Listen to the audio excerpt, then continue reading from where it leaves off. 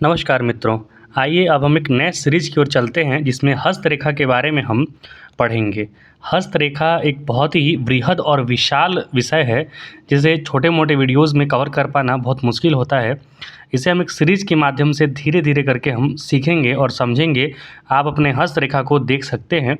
हस्तरेखा की सबसे ख़ास बात ये होती है कि जो मोटी मोटी जो लाइंस होती हैं वो तो परमानेंट इन नेचर होती हैं, लेकिन वहाँ पर छोटी छोटी लाइंस जो होती हैं वो हमेशा बनती रहती हैं, बिगड़ती रहती हैं। आपके जीवन में नए नए नवीन नवीन जो भी घटनाएं होती रहती हैं उसको वो इंगित करते रहती हैं, यदि आप ध्यान से देखेंगे तो। हस्तरेखा के बारे में सबसे अच्छी और मतलब एक पुख्ता सबूत कि ये मंत्र आपने ज़रूर सुना होगा। कर आग्रे वस्ते लक्ष्मी, कर मध्य सरस्वती, कर मूले तो गोविंदम प्रभाते कर दर्शनम। कर बोला जाता है हाथ को, अर्थात कर के अग्रभाग में सबसे ऊपरी वाला भाग में लक्ष्मी, कर के मध्य में मतलब कर के हाथ में मिडिल वाले भाग में सरस्वती, और कर के मूल में मतलब कि नीचे जहाँ मणिबंध होता है वहाँ पर विष्णु का वास होता है। ये सुबह प्रातः उठने के बाद सर्वप्रथम ये मंत्र पढ़ा जाता है और प्रणाम किया जाता है।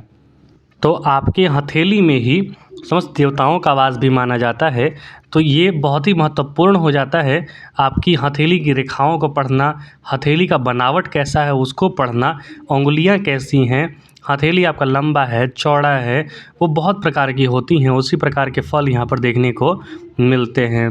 जैसे किसी का हथेली आप देखेंगे तो लालिमा युक्त होता है, किसी का गुलाबी युक्त होता है, किसी का वाइट एकदम होता है, किसी का ब्लैकिश होता है। सबके अलग अलग लक्षण और अलग अलग गुणधर्म बताए गए हैं। इसी हथेली में आपको देव तीर्थ और पितृ तीर्थ दोनों के दर्शन हो जाते हैं। देव तीर्थ कहाँ होता है? जब आपकी अनामिका उंगली जो है और जो आपका मध्यमा उंगली है उसके बीच में देव तीर्थ होता है। वहीं से हवन की सामग्री भी डाली जाती है स्वाहा करके। और पितृ तीर्थ कहाँ पे होता है?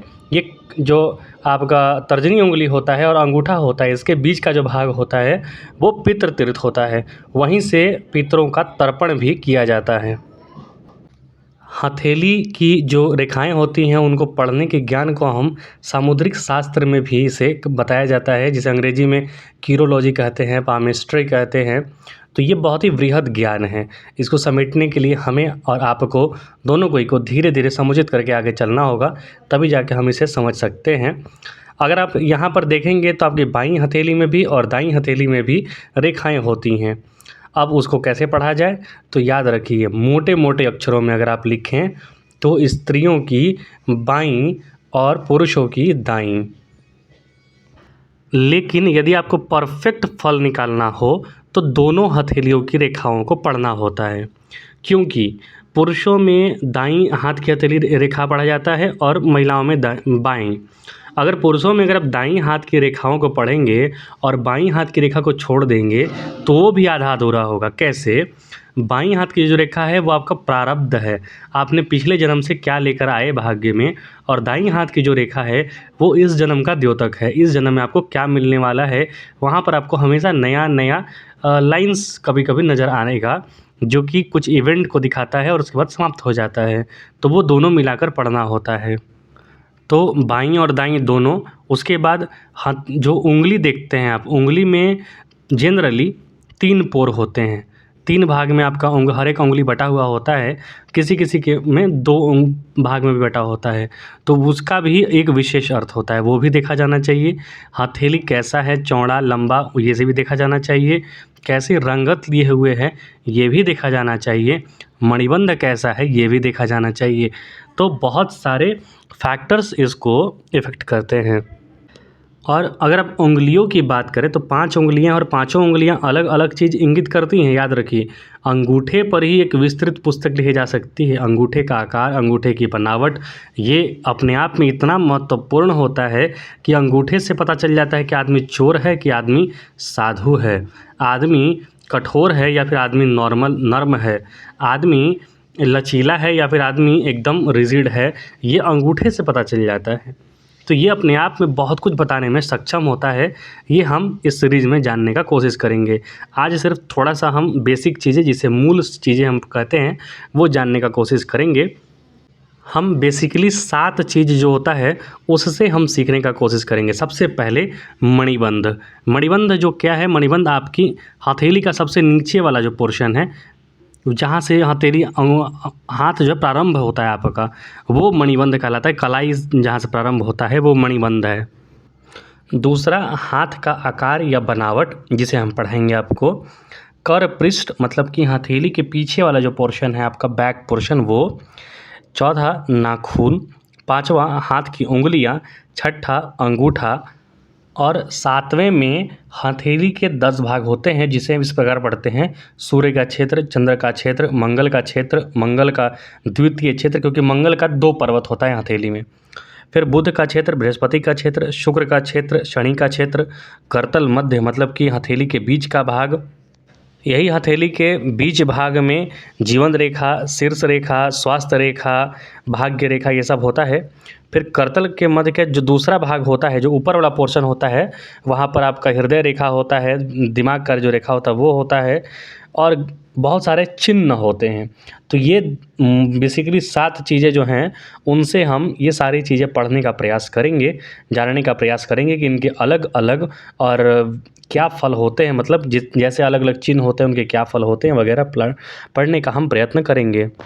अब हाथों में जो 10 प्रकार बताए गए हैं, 10 स्थान बताए गए हैं, जैसे ब्रह्म तीर्थ, पितृ तीर्थ, पितृ स्थान, मातृ स्थान, भ्रातृ स्थान, बंधु स्थान, विद्या स्थान या फिर सुत स्थान। सुत मतलब कि संतान होता है, विद्यास्थान जो कि अंगूठा के नीचे होता है, करम, करतल मूल या फिर करतल मध्य। ये हम फोटो के माध्यम से जानते हैं। अगर आप इस फोटो में ध्यान से देखें तो जो मणिबंध के ऊपर मतलब कि जो अंगूठे के नीचे जहाँ पर 1 नंबर लिखा हुआ है, वहाँ से प्रारंभ होता है नंबर काउंटिंग, वो ब्रह्म तीर्थ है। जहाँ 2 नंबर लिखा हुआ है अर्थात तर्जनी उंगली और अंगूठे के बीच, वो आपका हो गया पितृ तीर्थ। तीसरा, जब 3 नंबर तर्जनी के नीचे लिखा हुआ है, वो पितृ स्थान है, अर्थात जो पितरों को जो स्वाहा दिया जाता है। याद रखिए, जो आप देवताओं को हवन कुंड में देते हैं उसे स्वाहा कहते हैं, और हवन कुंड में जो भी सामग्री आप देते हैं अपने पितरों को, उसे स्वधा कहते हैं। तो पितृ स्थान हो गया आपका तर्जनी के नीचे। फिर मध्यमा उंगली और तर्जनी के बीच में मातृ का स्थान, मध्यमा उंगली के नीचे भ्रातृ का स्थान, भाई का स्थान, उसके बगल में बंधु का स्थान। फिर जो आपका कनिष्ठिका उंगली, सबसे छोटी उंगली है, उसके नीचे आपका सुत स्थान यानी कि संतान स्थान, या फिर आपका जो विद्या का स्थान है वो। कनिष्ठिका उंगली के नीचे 7 नंबर है जो कि सुत स्थान है, उसके नीचे 8 नंबर लिखा हुआ है जो कि मंगल का पर्वत भी माना जाता है। वहाँ पर मंगल का 2 पर्वत होता है, वो करव स्थान हो गया।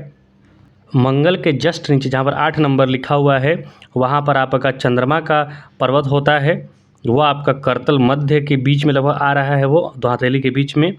फिर 9 नंबर जहाँ लिखा हुआ है वो मणिबंध के पास एरिया वाला है, जिसे करतल मूल भी कहा जाता है। मूल मतलब जहाँ से कि हथेली प्रारंभ होती है वहाँ से।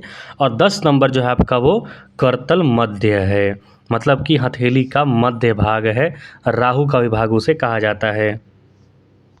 तो ये सारी चीज़ें आप अपनी कुंडली में, आप अपनी हथेली में देखिए, क्योंकि आपकी जो कुंडली बनती है ना, याद रखिए, वो चीज़ें हथेली पर दिखती हैं। बस यही चीज़ें मैं बताऊंगा आपको। इसमें धीरे धीरे हम आगे सीरीज में आगे पढ़ते जाएंगे, और आपको कुछ पूछना हो इसमें तो आप पूछ सकते हैं। कृपया चैनल को लाइक शेयर सब्सक्राइब जरूर करें।